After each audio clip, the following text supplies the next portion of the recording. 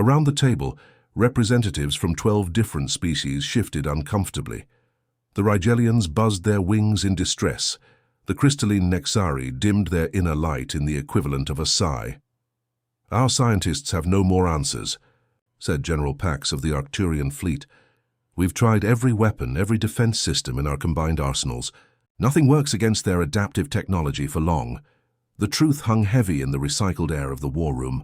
After 30 years of fighting, the Allied Species Confederation was losing badly. Their resources were stretched thin. Trillions of lives had already been lost as the Voidborn consumed planet after planet, turning once thriving worlds into factory planets to build more of their terrible warships. Ambassador Tev, a small, grey-skinned diplomat from the ancient Melnoran race, cleared his throat. He had been unusually quiet during the meeting, studying something on his personal datapad. "There might be one option we haven't considered," he said softly. The room turned toward him. Any suggestion, no matter how desperate, was welcome at this point. "There is a species on the edges of the Orion Arm, a planet called Earth. They're not part of the Confederation. In fact, they've never been officially contacted." Admiral Krell's eye stalks swiveled in confusion. "Primitives?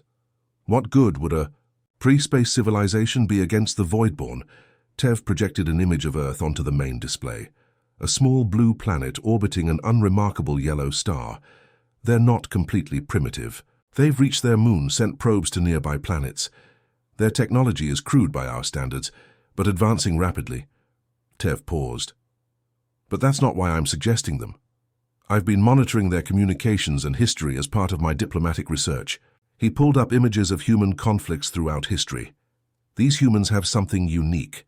They've spent their entire existence fighting each other. Their creativity in warfare is unsettling. While most species evolved beyond internal conflict, after developing certain technologies, these humans continue to find new ways to gain advantage over each other." The room filled with murmurs of disgust and curiosity.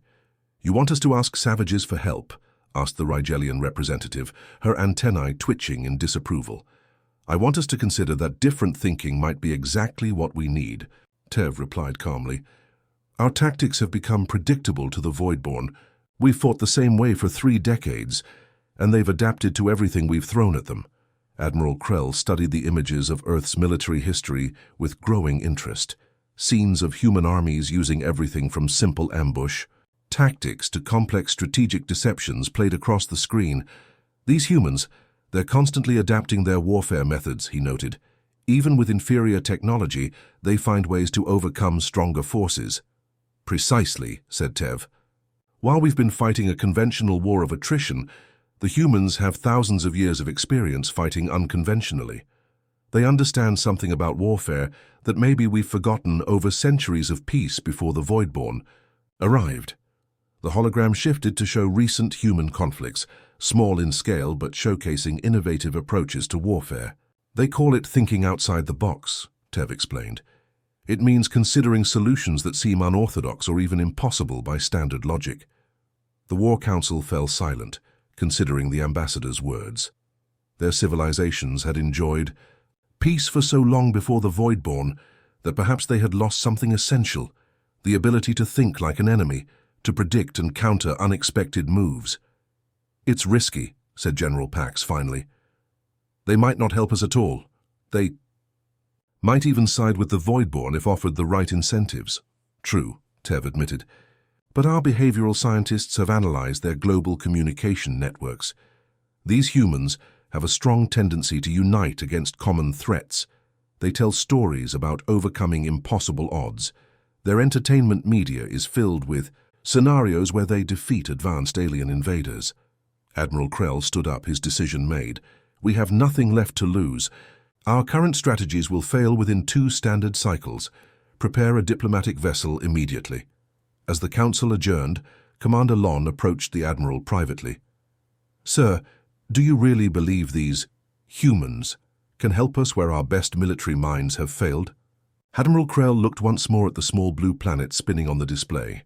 "I don't know," he admitted, "but the Voidborn's greatest strength has been their ability to predict and counter our every move. Perhaps what we need isn't more advanced technology or larger fleets. Perhaps what we need is something the enemy cannot predict. The diplomatic vessel was prepared within days, its course set for the third planet in a modest solar system on the galactic fringe, a planet that might just hold the key to winning an unwinnable war. The massive alien ship appeared in Earth's orbit on a Tuesday morning. Panic was surprisingly brief. After decades of science fiction movies and TV shows, humanity had mentally rehearsed this moment countless times. World leaders quickly established communication protocols, and military forces maintained a defensive but non-aggressive stance. "They don't look like the ships from Independence Day," remarked one social media commentator, and the observation went viral. The diplomatic vessel was elegant rather than threatening. Its pearlescent hull curved gracefully, with no visible weapons. The first transmission came through on all frequencies and devices simultaneously. "We come seeking alliance, not conquest. Our civilization faces extinction." Within 48 hours, the United Earth Defense Council convened in Seoul. The emergency summit brought together military strategists, scientists, and diplomats from every nation. The Korean government, with its advanced technological infrastructure and central location, provided the ideal meeting ground. Colonel Jin Ho Kim sat rigid in his chair as the alien ambassador, Tev, concluded the briefing. The holographic display showed recording after recording of devastating defeats at the hands of the Voidborn Empire. The room fell silent as they watched entire fleets of advanced warships crumble before the enemy's adaptive technology. "You've been fighting this war for 30 years?" Colonel Kim asked, breaking the silence. The small grey alien nodded. The gesture clearly learned to facilitate communication with humans. "Our confederation included the most advanced civilizations in 3 galactic sectors. Now we are reduced to a handful of core worlds and refugee fleets." Colonel Kim stood up and approached the holographic display. As South Korea's most decorated tactical officer, he had specialized in analyzing warfare patterns. Something about the battle recordings caught his attention. "May I?" he asked, gesturing to the controls. Ambassador Tev stepped aside, watching. Curiously, as the human began manipulating the display, Colonel Kim slowed down certain sequences, highlighted formation patterns, and overlaid multiple battles on top of each other. "There," he said finally, pointing to a recurring pattern. "Your ships always form the same defensive clusters when under attack. Your retreat vectors follow predictable mathematical progressions. Your reinforcements arrive at standardized intervals." The alien delegates exchanged confused glances. "These are optimal formations and responses based on thousands of years of space combat simulations," said Admiral Krell defensively. Dr. Sunmi Park, head of South Korea's advanced weapons research, joined Colonel Kim at the display. She had been quietly taking notes throughout the presentation. "That's exactly the problem," she said. "Your warfare has become algorithmic, predictable. These Voidborn have clearly learned to anticipate your every move." Colonel Kim nodded in agreement. "Your technology is far advanced beyond ours, but your strategies haven't evolved in centuries. You fight like you're playing chess, where every piece has a defined move. The Voidborn have simply learned all your moves." The alien delegation seemed bewildered by this assessment. Their bioluminescent patterns flickered in what humans were learning to recognize as confusion or distress. "What would you suggest?" Ambassador Tev asked carefully. "Your species has never fought a space battle. You barely have the technology to reach your own moon." Colonel Kim smiled.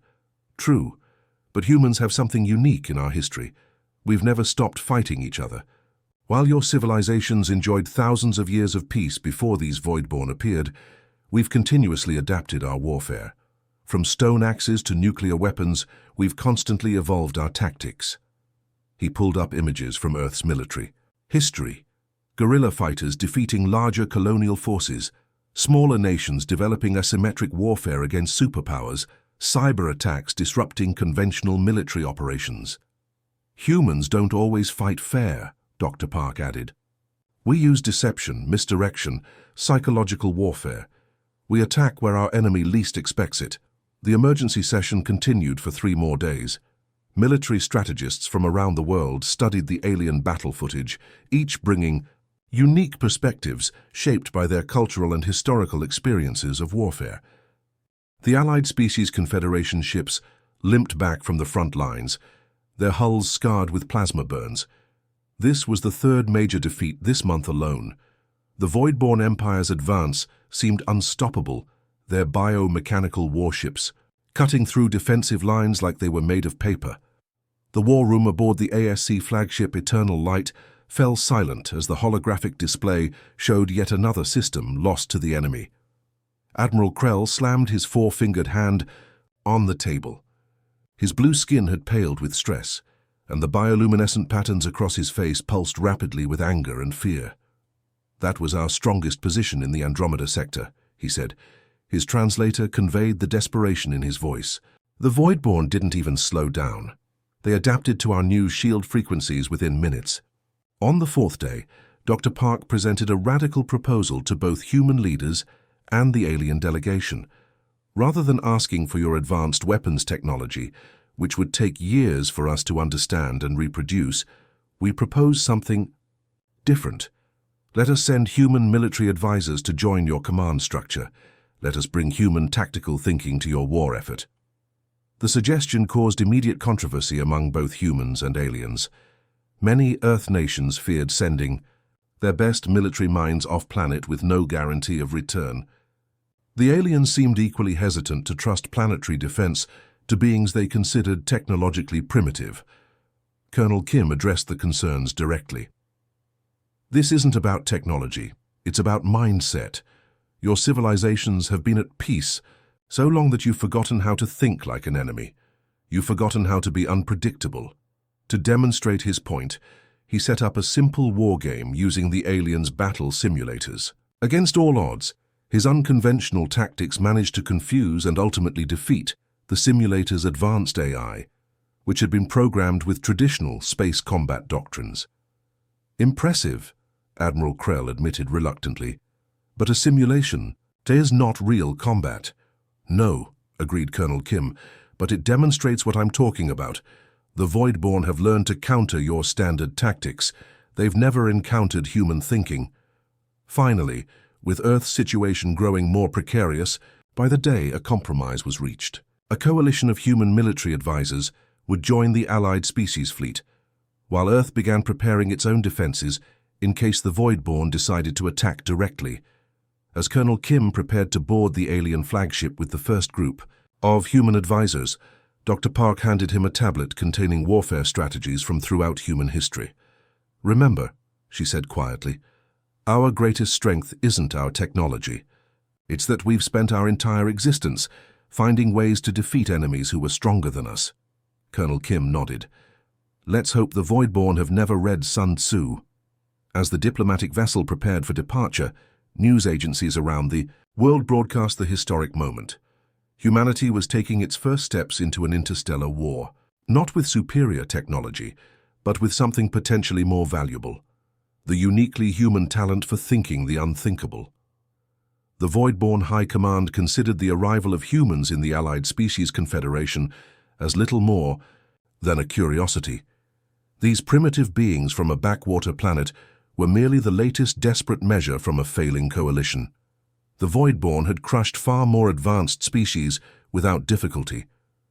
Why would these humans be any different? Captain Junho had other ideas. As one of Earth's first military advisors assigned to the Allied flagship Eternal Light, he spent his initial days simply observing. The Allied officers found his silence unnerving. They expected immediate solutions, but Junho needed to understand the problem first. "Your formations are too predictable," he finally announced during a strategy meeting.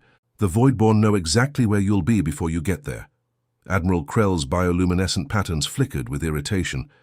"Our formations are based on thousands of years of space combat theory. They're mathematically optimal."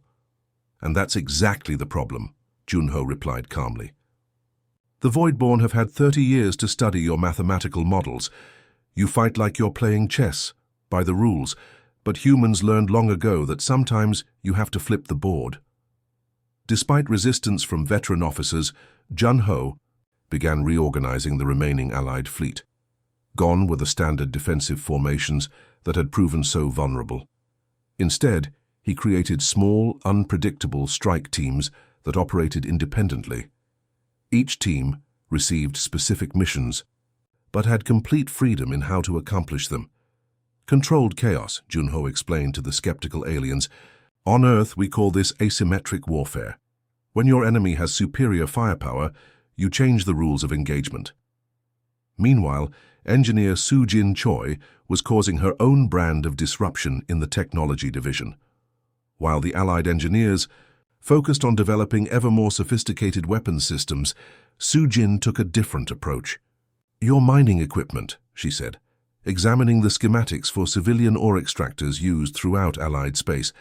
"The resonance frequency of these sonic drills, have you ever tried using it against void-borne hull material?" The chief engineer, a crystalline Nexari, dimmed in confusion. "Those are industrial tools, not weapons." "Exactly," Soo-Jin smiled.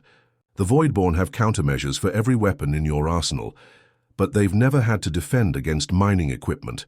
Within days, Soo-Jin had modified civilian mining drones to emit specific frequencies that caused molecular instability in the void-borne ship hulls. Not enough to destroy them outright, but enough to create vulnerable points that conventional weapons could then exploit. The first test of the new human strategies came at Proxima Station, a small outpost the void-borne had targeted for its strategic position near jump points. Previous Allied defense plans would have stationed the entire fleet in a protective cordon around the station, a formation the void-borne had broken through countless times before. Instead, Captain Jun-Ho scattered his forces, hiding them among debris fields and behind moons. Only a small, seemingly weak contingent remained visible, a tempting target for the approaching void-borne fleet. "They're taking the bait," Jun-Ho observed, as the enemy ships moved into position, their usual wedge formation slightly modified to deal with the expected Allied response, a response that would never come. When the void-borne committed fully to the attack, Jun-Ho gave the signal. Allied ships erupted from their hiding places, attacking from unexpected vectors. At the same time, Soo-Jin's modified mining drones swarmed the void-borne vessels, emitting precise sonic frequencies that created structural weaknesses across their hulls. The void-borne commanders, programmed to respond to conventional tactics, found themselves unable to adapt quickly enough. Their ship formations, designed to counter traditional Allied maneuvers, left them vulnerable to attacks from directions they had never anticipated. "Keep pressing," Jun-Ho ordered as the Allied ships broke through the void-borne lines. "Don't give them time to analyze our tactics." For the first time in 30 years, the void-borne suffered a significant defeat. 3 of their capital ships destroyed, the rest forced into a disorganized retreat. When the battle was over, Admiral Krell approached Jun-Ho on the command deck. The alien's bioluminescent patterns pulsed with something humans had never seen before: hope. "How?" he asked simply. "How did you know this would work?" Jun-Ho gazed at the tactical display showing the retreating void-borne ships. "Because humans have been fighting wars against superior forces for our entire history. We've learned that when conventional tactics fail, you have to become unpredictable." News of the victory spread throughout the Allied Species Confederation. Other human advisors began implementing similar strategies across different battle groups. Engineer Soo-Jin's repurposed civilian technology approach was replicated, with everyday tools and equipment converted into weapons the void-borne had never encountered. The void-borne, for their part, were thrown into disarray. Their command structure, built on predictive algorithms and historical battle data, suddenly found itself unable to anticipate Allied movements. For the first time, they were facing an enemy whose actions couldn't be calculated in advance. In their fortress world of Nexus Prime, the Void-borne High Command convened an emergency session. Their perfect tactical record had been shattered by primitive beings they had dismissed as irrelevant. How could these humans, with their inferior technology and limited space experience, have found weaknesses that had eluded the greatest minds of a dozen advanced civilizations? The answer, though the Void-borne would never fully comprehend it, lay in humanity's greatest evolutionary advantage: adaptability born from millennia of conflict. While other species had enjoyed centuries or even millennia of peace before the Void-borne arrived, humans had never stopped fighting. never stopped innovating new ways to overcome stronger opponents. As more victories followed that first success, a saying began to spread among the allied species. The war was lost until the humans taught us how to fight. Deep within the fortress world of Nexus Prime, the Voidborn High Command gathered in their crystalline chamber. The walls pulsed with bioluminescent light, reflecting the agitation of the assembled commanders. For the first time in their centuries-long campaign of conquest, genuine concern spread through their ranks. "How is this possible?" hissed Supreme Commander Urzak, his voice like metal scraping against stone. The tactical display before them showed a sea of red markers, each representing a Voidborn defeat at the hands of the newly energized Allied forces. These humans are nothing. Their technology is primitive. Their ships are fragile, yet they have cost us 7 battle groups in as many cycles. The intelligence officer, a creature more machine than organic being, stepped forward. "The humans fight differently. They do not follow established combat doctrines. Each engagement is unique, unpredictable. Our tactical prediction algorithms cannot establish reliable patterns." Urzak slammed his armored claw against the table, cracking its polished surface. "Then we will crush them with overwhelming force. Deploy the 7th Extermination Fleet. Target their command vessels. Cut off the head, and the body will die." The order went out. The most elite forces in the Voidborn Armada assembled, ships that had conquered entire star systems without a single loss. Their mission: locate and destroy the human advisors who had changed the course of the war. On the Allied flagship Resolute, General Minjun Song received the intelligence with a grim smile. Intercepted communications indicated the Voidborn were deploying their elite forces specifically to target human command personnel. "They're finally taking us seriously," he told his staff. "That's their first mistake." Instead of reinforcing defenses around human advisors, General Song implemented what he called the Ghost Fleet strategy. Using a combination of holographic projections, signal boosters, and carefully orchestrated ship movements, he created the illusion that human commanders were present on dozens of vessels simultaneously. "The Voidborn rely too heavily on information warfare," he explained to Admiral Krell. "Their targeting systems look for command signatures, communication patterns, energy usage, data transfers. We'll give them so many targets they won't know where to strike." The strategy worked brilliantly. The Voidborn 7th Fleet split its forces pursuing phantom targets across 3 sectors.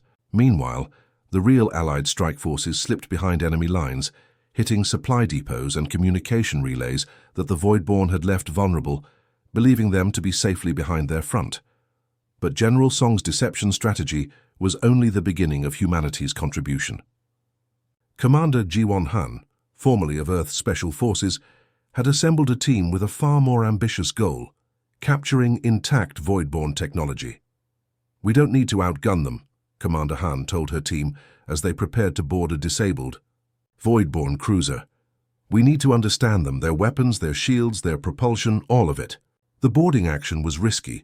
Even disabled Voidborn ships maintained internal defenses and self-destruct protocols. Previous attempts by Allied forces had resulted in complete failure and heavy casualties. Commander Han's approach was different.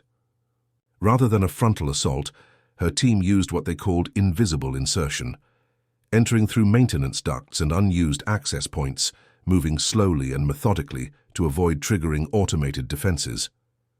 "The Voidborn think like machines," Han told her team. "They expect direct approaches, logical progressions. We need to move like ghosts, like water finding the path of least resistance." After a tense 26 hours aboard the enemy vessel, Commander Han's team secured their prize, an intact central processing node and weapons control system. They escaped just as the ship's self-destruct sequence initiated, the explosion masking their departure. Back on Earth, engineers worked around the clock to understand the captured technology. Young engineer Jin Woo Park made the first breakthrough, recognizing patterns in the Voidborn command codes that resembled Earth's early binary computer languages. "They're not as alien as we thought," he announced to the research team. "Their systems are complex, but they follow logical progressions we can understand and predict. And more importantly, we can hack." Within weeks, Earth scientists had developed countermeasures that could temporarily disable void-borne weapons and communication systems. The technology was quickly distributed throughout the Allied fleet, accompanied by human technicians who trained alien crews in its use. The next major confrontation came at the Arcturus Nexus, a critical junction of jump points that controlled access to dozens of systems. The Voidborn deployed 3 full battle groups, expecting a traditional engagement. Instead, they found themselves fighting an enemy that seemed to anticipate their every move. Allied ships, now equipped with Earth-developed countermeasures, briefly disrupted Voidborn targeting systems at crucial moments. Smaller craft slipped through temporarily disabled defensive screens to deliver devastating strikes against key systems. The Ghost Fleet strategy confounded Voidborn intelligence, causing them to waste resources on decoys while real threats struck.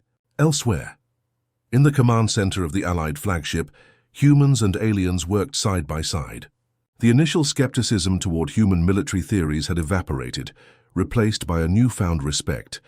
"Your species thinks differently," Admiral Krell told General Song as they watched the Voidborn forces retreat. "In our civilizations, we sought harmony, consensus, logical progression. We eliminated conflict millennia ago." "That was your strength as a society," Song replied, "but your weakness in war. Humans never stopped fighting, against nature, against each other. We've spent our entire history learning to overcome stronger opponents." The victory at Arcturus Nexus marked a turning point. What had begun as a desperate alliance, a last-ditch effort by the Allied species to stave off extinction, had transformed into something no one had anticipated. Humanity, the newcomers to the galactic community, had become its unexpected saviors. As news of the victory spread throughout Allied space, a saying began to circulate among the alien troops. The war was lost until the humans arrived. In the throne room of Nexus Prime, Supreme Commander Urzak destroyed the tactical display in a fit of rage. For the first time in the long history of the Voidborn conquest, doubt crept into their collective consciousness. These humans had done what no other species had accomplished. They had made the Voidborn fear. The stars of the galactic core blazed brilliantly against the backdrop of space, silent witnesses to the greatest military confrontation in recorded history. The Voidborn had pulled back their forces from across 3 sectors, assembling the largest armada ever seen, over 6,000 warships, arranged in perfect geometric formations around the strategic Omega Point, where 7 hyperspace lanes converged.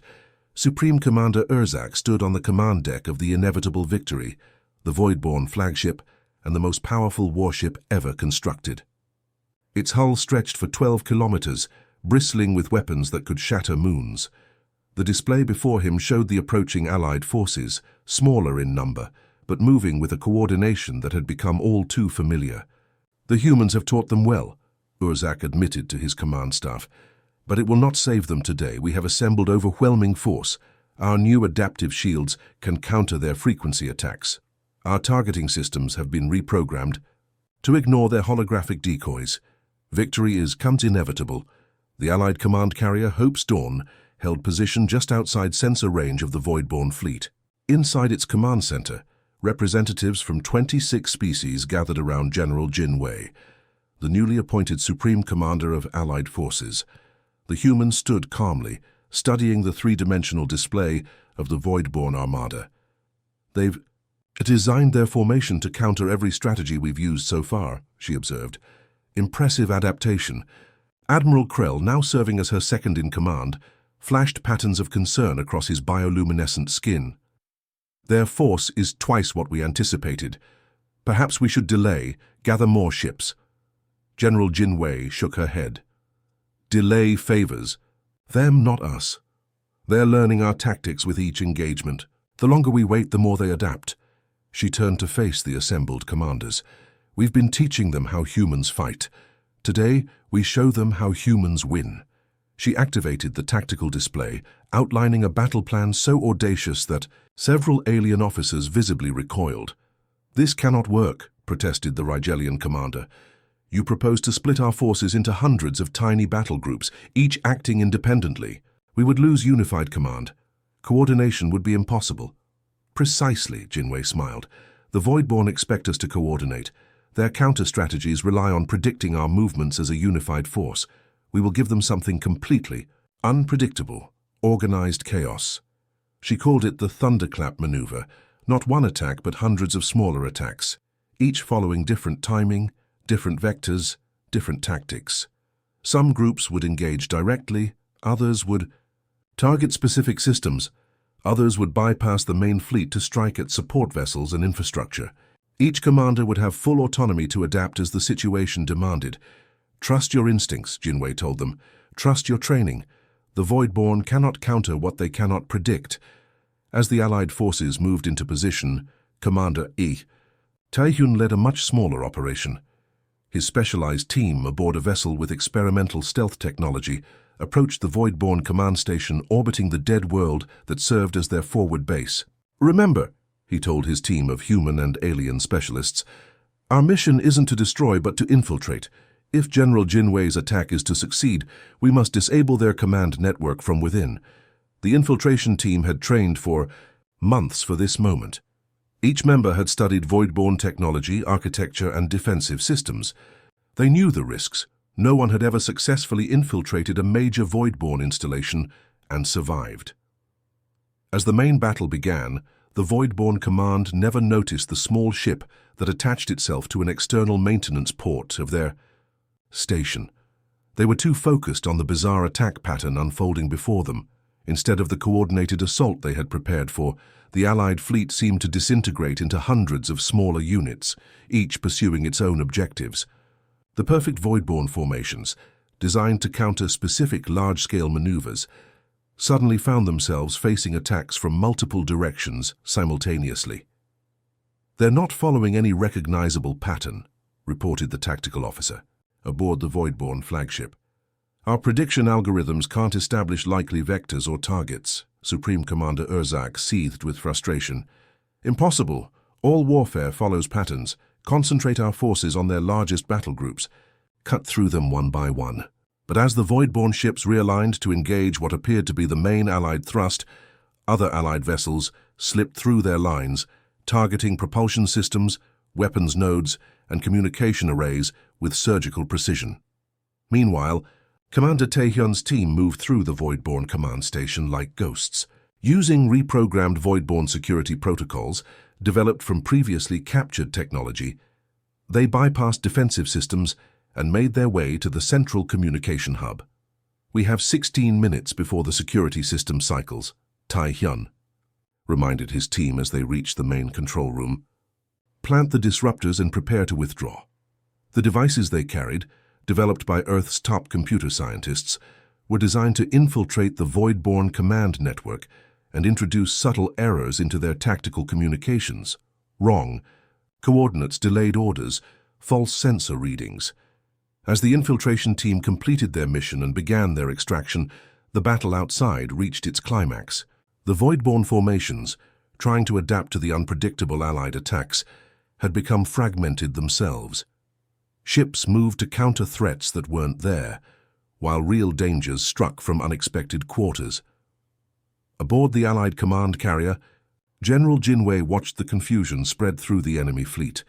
Commander Taehyun's team has succeeded, she announced. The Voidborn command network is compromised. Now all battle groups execute final phase. The scattered Allied forces, which had appeared to be fighting independent, uncoordinated battles, suddenly converged with perfect timing. What had seemed like chaos revealed itself as an intricately choreographed dance, with each separate action perfectly calculated to bring them to this moment. The Voidborn flagship, the inevitable victory, suddenly found itself surrounded, cut off from its support vessels, its communication with the rest of the fleet degraded by the infiltration team's work. Supreme Commander Urzak watched in disbelief as his perfect formation collapsed into disorder. For the first time in the long history of the Voidborn conquest, he felt something alien to his kind. Doubt, uncertainty, and then, as Allied weapons fire converged on his vessel from all directions simultaneously, fear. The destruction of the Voidborn flagship sent shockwaves through their command structure. Without clear leadership, facing an enemy whose tactics they could not predict, The remaining void-born forces fell into disarray. Some continued fighting, others attempted to retreat, and still others simply stopped, awaiting orders that would never come. 3 days later, the Void-born High Command sent an unprecedented communication to Allied headquarters, a request for cessation of hostilities. The peace negotiations took place on neutral ground, a space station constructed specifically for the purpose at the edge of what had once been contested space. Representatives from all Allied species attended, with General Jin Wei leading the human delegation. The terms were unambiguous. The Void-born would withdraw from all conquered territories, dismantle their largest weapons platforms, and accept monitors to ensure compliance. It was, by any measure, an unconditional surrender. In the aftermath, the Allied Species Confederation convened to determine the future of their alliance. The question of Earth's position within the galactic community took center stage. "These humans joined our conflict only months ago," noted the Arcturian Chancellor. "Yet they have accomplished what we could not in 30 years of war. We have existed as spacefaring civilizations for millennia, but they taught us something we had forgotten, that adaptability, not power, is the true key to survival." The vote was unanimous.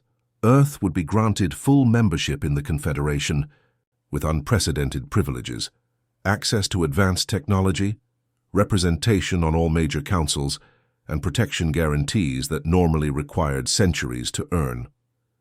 Across the reclaimed territories, worlds that had suffered under void-born occupation began the long process of rebuilding.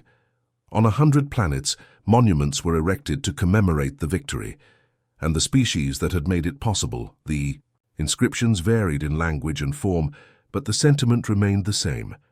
Remember the war that was lost until humans took over. Back on Earth, celebrations gave way to wonder as the implications of their new place in the galaxy became clear.